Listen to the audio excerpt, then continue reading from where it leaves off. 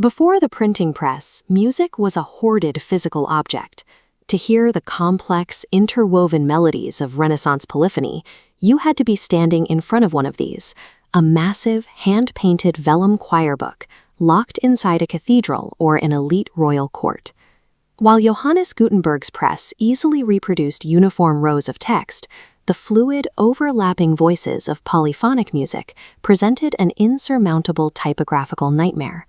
Translating the layered motion of human sound into rigid metal blocks seemed to defy the limits of early machinery.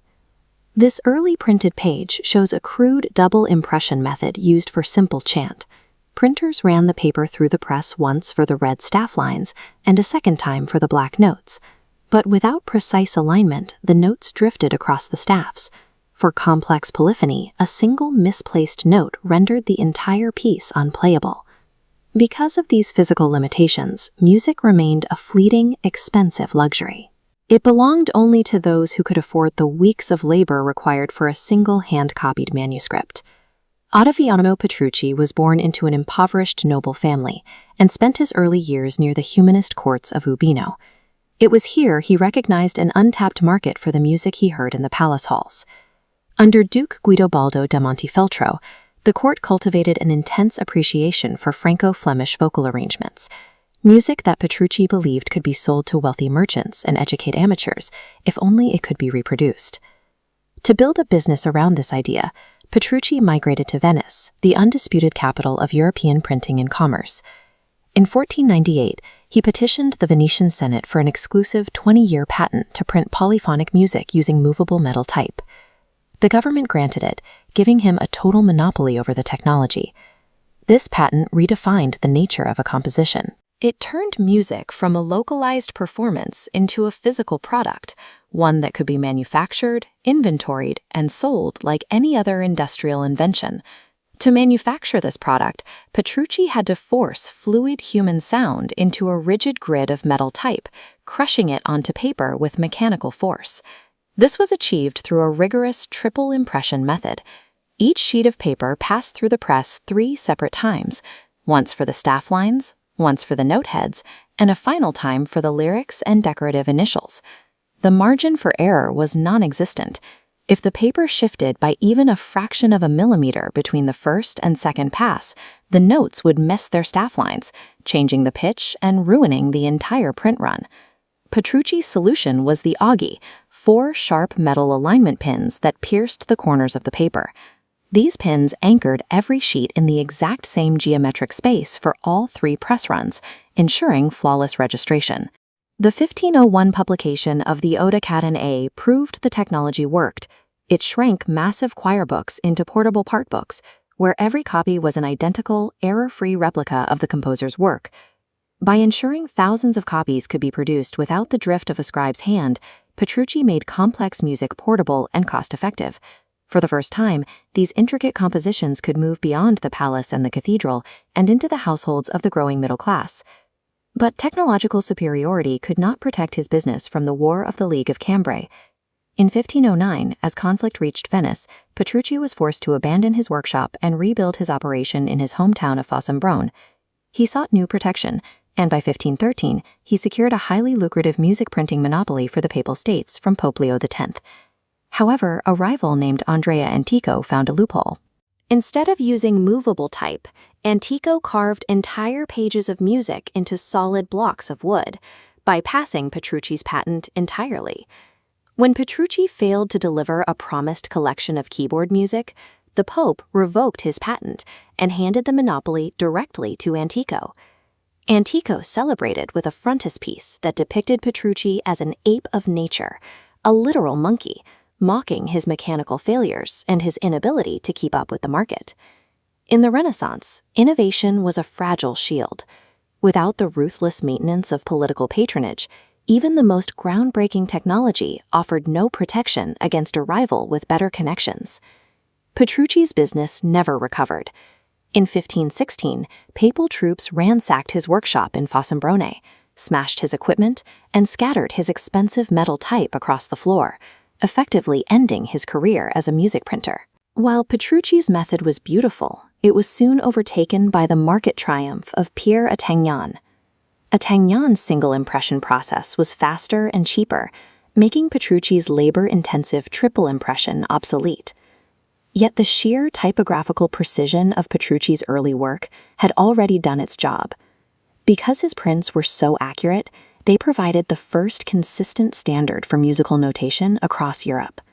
This standardization allowed the Franco-Flemish style to circulate through identical copies in different cities, creating the world's very first international musical repertoire.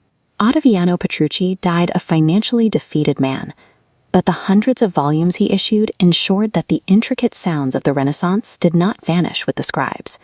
He provided the first stable, reproducible record of a musical work, a record that musicians are still studying and performing 5 centuries later.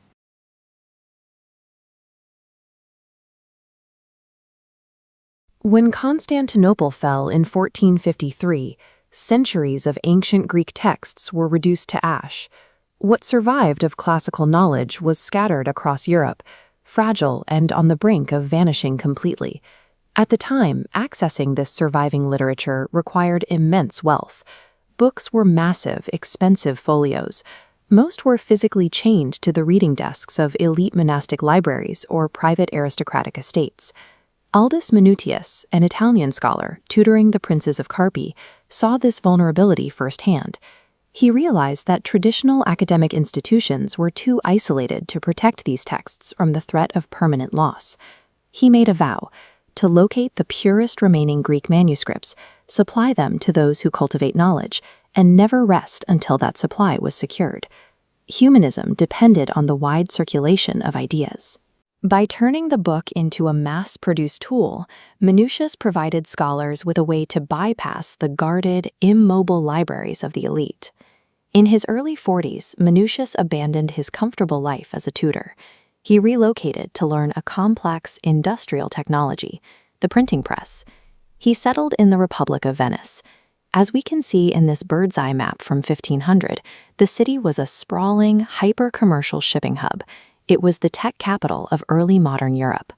Leveraging his connections, Manutius secured venture capital from Venetian patricians and partnered with an established printer, Andrea Torresani, to build a new publishing operation. His business plan was ambitious: track down rare, unadulterated Greek manuscripts from across the continent and mass-produce them in their original language. Venice offered the exact combination of raw capital, established supply chains, and a dense concentration of Greek refugees needed to scale a philosophical mission into a viable enterprise.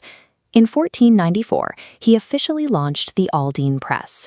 The immediate priority was preserving classical Greek literature. This presented an immediate mechanical problem. Greek handwriting is highly cursive and filled with connected ligatures. Transforming those fluid strokes into standardized metal punches was so difficult that most publishers simply avoided the language entirely. Working with a team of scholars and punch cutters, Manutius solved the casting problem, culminating in a monumental 5-volume folio edition of Aristotle's works. But even after achieving the greatest scholarly printing feat of the century, Manutius recognized a flaw. These massive folios were still too expensive. They were still restricted to the elite. Preserving knowledge is inherently an accessibility problem. To reach a wider audience, he had to physically shrink the footprint of the book itself. His solution was a format innovation called the Enchiridion, or the octavo. Instead of folding a large standard sheet of paper once to make a massive folio, the sheet is folded in half 3 consecutive times. This yields 8 small leaves, or 16 pages, drastically reducing material costs. This created a new user experience problem. Traditional Roman typefaces were too wide. They wasted precious space on these new tiny pages, making the pocket-sized format economically unviable. Manutius commissioned the punch cutter Francesco Griffo to invent an entirely new, highly condensed typeface, modeled on the slanted handwriting of humanist scholars. Look at the right page of this 1501 Virgil edition. This space-saving geometry, the first italic typeface, packed more words per page. To organize it, Manutius formalized structural punctuation, standardizing the comma and semicolon to establish reading patterns we use today. He described these pocket-sized books as handheld weapons. They were portable knowledge that diplomats, merchants, and scholars could carry in a saddlebag or a pocket. By combining the mathematics of the octavo fold with the condensed geometry of italic type, the Aldine press unchanged literature from the library desk. The Aldine octavos were a commercial success, attracting intellectual superstars like the Dutch philosopher Erasmus, who moved into Manutius' home to collaborate on translations. But this success invited aggressive corporate espionage. Counterfeiters in Lyon, France, began pirating the octavo format and explicitly copying the new italic font. To protect his operation, Manutius secured exclusive legal patents for his typefaces from the Venetian Senate and eventually from 2 consecutive popes. Even with legal protection, the press was vulnerable to geopolitical chaos. The War of the League of Cambrai repeatedly forced the printing presses to shut down as Venice defended its territory. While traveling to search for reliable manuscripts during these conflicts, Manutius was mistakenly identified as a criminal by Mantuan border guards and thrown into prison. He was eventually released and immediately returned to the press. Neither international warfare, rampant intellectual property theft, nor false imprisonment stopped his output. To help buyers verify authentic editions against French counterfeits, Manutius adopted a distinct printer's mark. This woodcut shows a dolphin wrapped around an anchor. It translates the classical adage, festina lente, make haste slowly. The dolphin represents rapid work. The heavy anchor represents stability. Aldus Manutius died in 1515. His son Paulus and his grandson continued the business, keeping the Aldine press at the center of European intellect for nearly another century. Every time we pack a paperback for a flight or read italic text on a screen, we are relying on the formatting standards he established in Venice. By making books cheap, portable, and legible, Manutius engineered the blueprint for modern reading. He fulfilled his vow to put ignorance to flight, not through elite curation, but through mass access.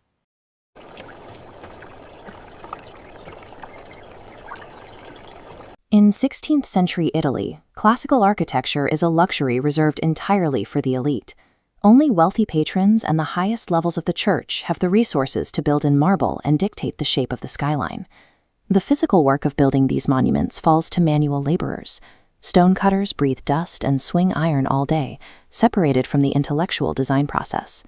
In Padua during the 1520s, a young apprentice named Andrea works under these exact conditions, eventually fleeing a demanding master stonecutter to seek a better living. Yet, looking at the historical portraits of this man, you see a figure holding the meticulous tools of drafting and design. The turning point occurs when he is hired by Gian Giorgio Trissino. Trissino is a humanist scholar who takes an interest in the young stonemason, introducing him to the ancient architectural texts of the Roman engineer Vitruvius. Trissino takes his protege to Rome to study classical ruins firsthand. To mark this transformation, he renames the stonemason Palladio, after the Greek goddess of wisdom. Trissino provides the bridge between the physical world of the stonecutter and the intellectual world of the scholar. The apprentice is left behind, and an architect takes his place. Palladio starts his independent career in Vicenza with a massive structural problem, rescuing a collapsing medieval city hall. His solution is to wrap the irregular older building in 2 precise tiers of Roman-inspired arcades. To hide the uneven spacing of the original medieval columns underneath, he designs a central arch flanked by 2 rectangular openings. This structural trick masks the flaws of the old building, creating what is now known as the Palladian window. He manages costs by avoiding expensive stone, instead using brick finished in smooth stucco. This allows him to reach a look of Roman grandeur using local, inexpensive materials. By pairing classical aesthetics with accessible construction methods, Palladio creates a scalable model for grand, civic architecture on a budget. Moving into the Venetian countryside, Palladio applies his methods to a different challenge, the suburban villa. He takes the scattered, utilitarian outbuildings of a working farm and unites them into a single, symmetrical complex. The owners occupy a grand, central entertaining space called the Piano Nobile. His most famous residential achievement is the Villa Capra, or La Rotonda, a balanced home featuring identical classical porticos facing outward in all 4 directions. The floor plan reveals strict geometry, where every room aligns in perfectly balanced quadrants. To determine exact dimensions of every room, he applies the math of musical harmonics, dictating proportions through precise fractions like 3:4 and 4:5. Palladio provided a system of visual harmony that could be calculated and built anywhere in the world. By 1570, his success earns him the role of chief architect for the Republic of Venice. He defines the Venetian skyline through sacred architecture, merging earthly constraints with classical proportions. His most enduring contribution was the publication of I Quattro Libri dell'Architettura, a masterwork that outlived his stone monuments. The book acts as a technical guidebook, outlining his specific measurements and the classical rules required for both public and private buildings. The printing press allows this knowledge to be mass-produced, stamping out schematics so his design language spreads far beyond the borders of Italy. By publishing his exact measurements, Palladio placed the secrets of classical design into the hands of anyone with access to a printing press. Palladio dies in 1580. That his published treatise initiates an international architectural movement, Palladianism. His exact proportions spread to England, where the British nobility adopt his designs for their country estates. Because his rules are so easily translatable, the aesthetic pushes further across the continent, eventually reaching the imperial estates of Catherine the Great in Russia. Palladio's mathematical symmetry proved universally adaptable, allowing distinct empires to project the very same sense of logic and classical authority. The treatise eventually crosses the Atlantic, landing in the hands of Thomas Jefferson. Jefferson applies Palladio's rules to his own estate. He sees these brick designs as a fitting physical embodiment for the new republic's worldview. This reaches its peak in the symmetrical monuments of the United States government. The rhythmic symmetry of these classical columns continues to define the sheer visual presence of global institutional power even today. Acknowledging this direct lineage, the U.S. Congress officially decreed Andrea Palladio the father of American architecture in 2010. The structural language that defines Western democracy was engineered by a 16th-century stonecutter who proved that beauty was a matter of math.